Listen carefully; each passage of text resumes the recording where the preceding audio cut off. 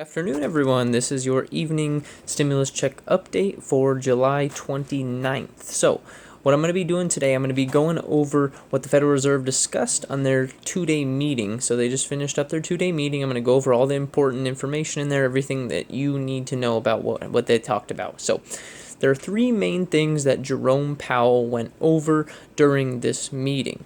First off, he focused on reminding Congress how effective that the first stimulus has been. He said, we are experiencing tremendous economical and human hardships, that household spending has recovered half of its previous decline, but that's because of the stimulus and unemployment payments that we're receiving. He's saying that stimulus has been very helpful so far, and we need to continue. Currently, we are at 11.1% unemployment, which is way above the historic norms and even is above the peak of the Great Recession. So our unemployment numbers are still not where they need to be. This rise of joblessness is especially severe for lower wage earners, and it is 40% more difficult for them to come back into the workplace right now.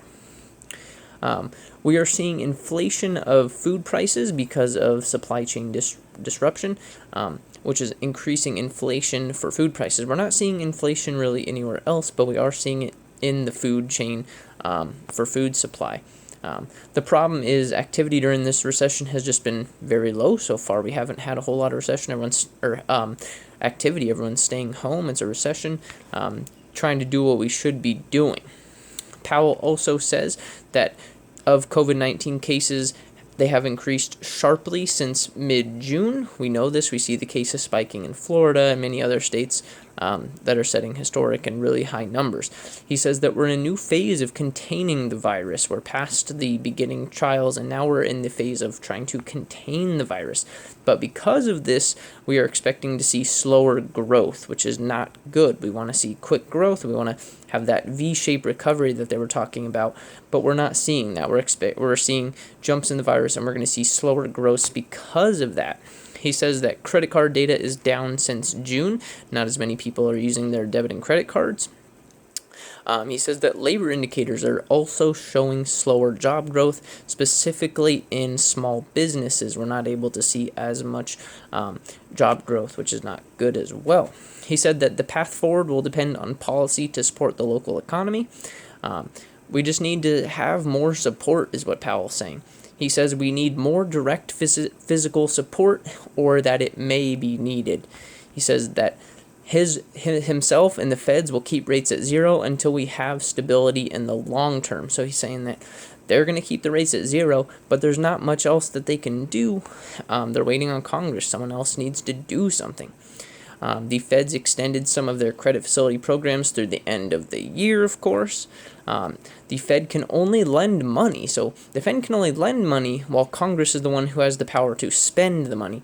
So he's trying to call on Congress and say, hey, we can only lend money, and we're going to keep doing that. We have our rates low. We're going to continue that. You guys are the ones who have the power to spend money, so we need some help on that end. He also says some businesses don't want to take out a loan for payroll, and that some form of other stimulus might be needed because of this. Not everyone wants to take out a loan that they're going to have to pay back forever. So he also, going more on unemployment, he says we went from the lowest unemployment in 50 years to now the highest unemployment in 90 years, which is crazy stats to think about. He says there will be more that needs to be done from the Fed and more that needs to be done from Congress on both sides. He's not just calling out Congress here. He's saying that both sides need to be doing more. He says that there's also needs to be more help for people to stay in their homes or rental homes. If people can't afford their homes or to stay in their rental homes, we're going to have a big problem. So he's saying we need help for that end. He also says that social mobility is being reduced for people during the pandemic, which basically means poor people are staying poor. It's hard for people to rise out of poverty. It's becoming harder because there's just no social mobility right now. Everyone's kind of trapped where they are, unfortunately.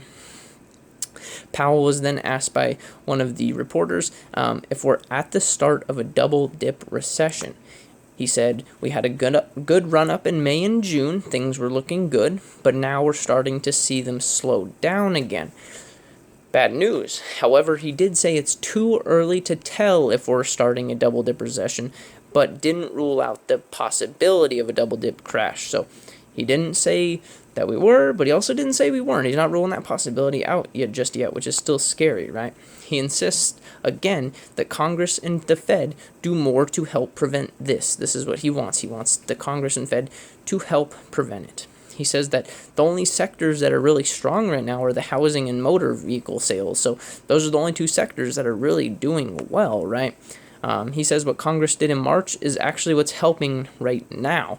And he says in the coming years it will stand up to the scrutiny that it's facing. Everyone saying that we're tanking the economy because we're taking out way too much that we're going to have to pay back. He's saying in the years to come, all the scrutiny that it faced will make sense. It's not going to, it'll stand up to that. He says, and big here, this is him saying it. He says that he thinks the new stimulus package is a good thing, right? He's pushing for more stimulus. Jerome Powell is pushing for more stimulus. We know this. It's very evident based on everything that he said today.